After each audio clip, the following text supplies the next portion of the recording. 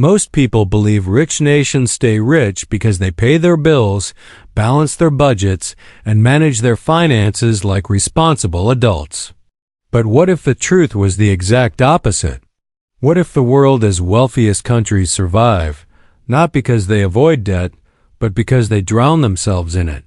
On purpose. It sounds impossible, irresponsible, even catastrophic. But it's the hidden engine of modern global power. And once you understand it, you'll never see money, nations, or your own future the same way again. Before we dive into the truth behind this illusion, make sure you hit subscribe to Money Math Documentary, because the deeper we go into the world of money, the less of it looks real. Our journey begins centuries ago, long before trillion-dollar deficits, central bank rescue missions, or modern economists explaining why the debt doesn't matter.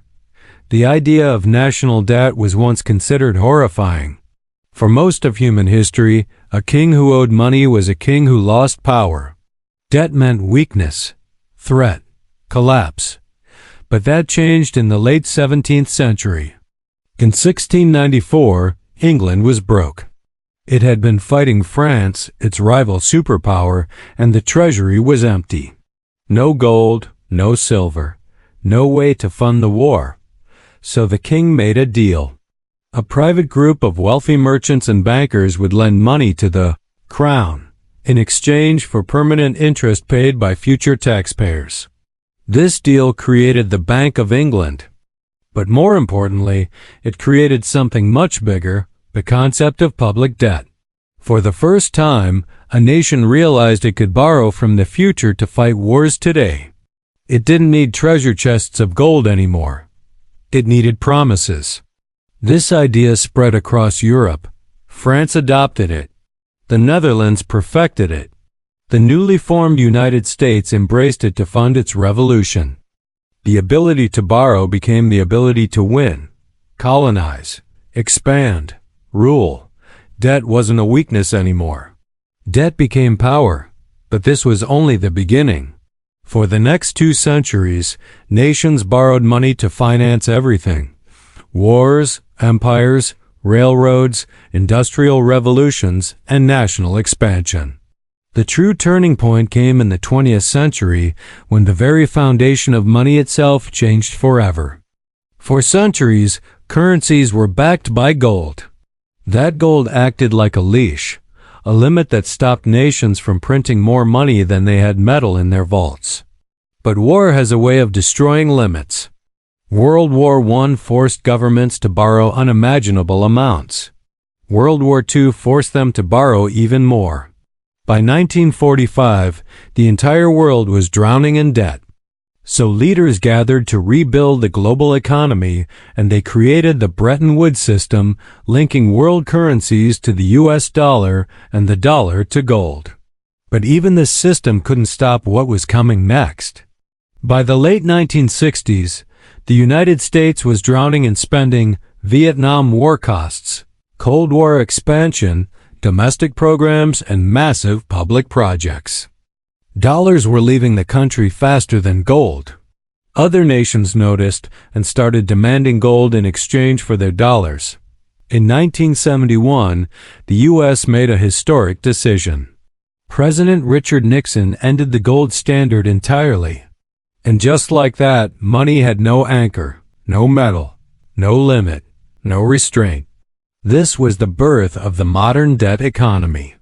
For the first time in history, governments could print unlimited money. And once money could be printed, debt became infinite. What was once seen as dangerous became normal. Economists began saying things like, debt doesn't matter. Governments can always borrow more.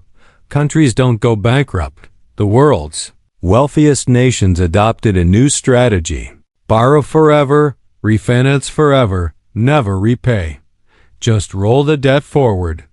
But why would rich countries, with the most resources, the strongest economies, and the biggest tax bases, choose to depend on never-ending debt?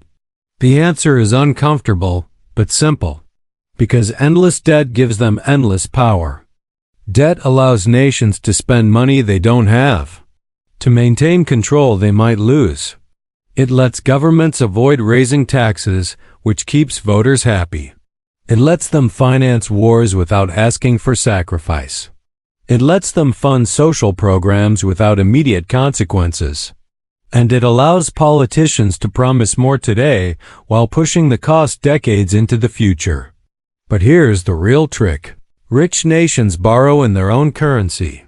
When the United States borrows, it borrows dollars, the same dollars the Federal Reserve can create with a single click. When Japan borrows, it borrows yen, the same yen its central bank can print in unlimited amounts. When Europe borrows, it borrows euros that the European Central Bank can generate any time it wants.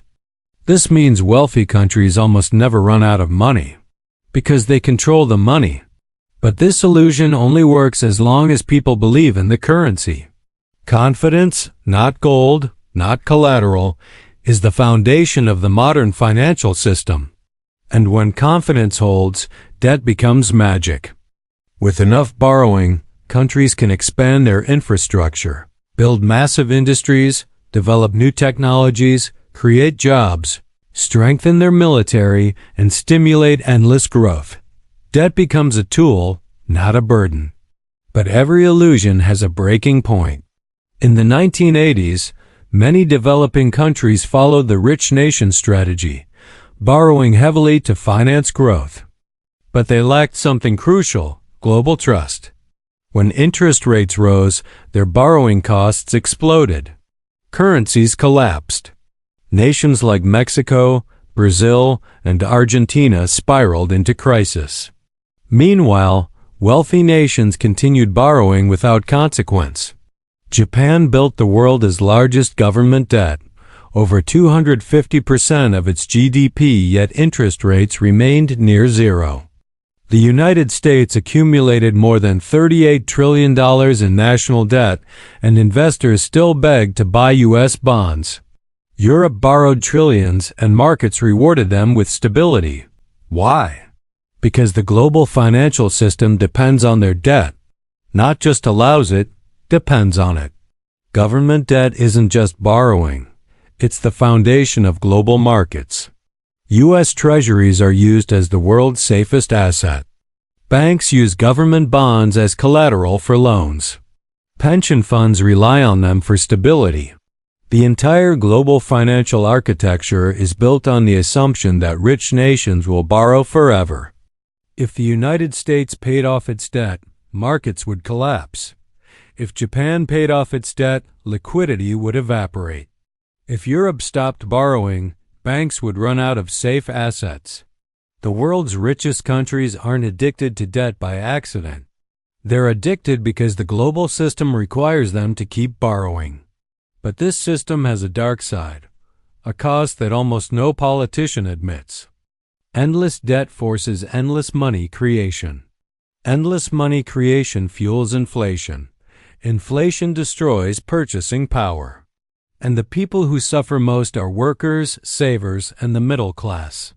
Debt benefits governments, banks, corporations, and asset owners. Inflation punishes ordinary citizens who live paycheck to paycheck.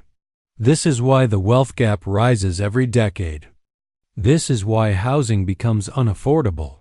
This is why savings lose value. This is why the cost of living climbs faster than wages. Endless debt doesn't just finance the rich world. It quietly drains the real world. But the cycle continues because the alternative is worse. If rich nations stopped borrowing, the global economy would freeze. If they tried to repay, markets would collapse. If they let debt shrink, growth would stop. This is the paradox. The system survives only because the debt grows. Not despite it, because of it. Every year, global debt increases by trillions. Every crisis minus 2008-2020 future recessions is solved by creating even more debt. Every politician promises growth funded by borrowing. Every central bank prints money to keep the machine alive. The richest nations on earth are trapped in a system they created, a system that uses debt not as a burden, but as oxygen, but oxygen can also become fire. And fires eventually burn out of control.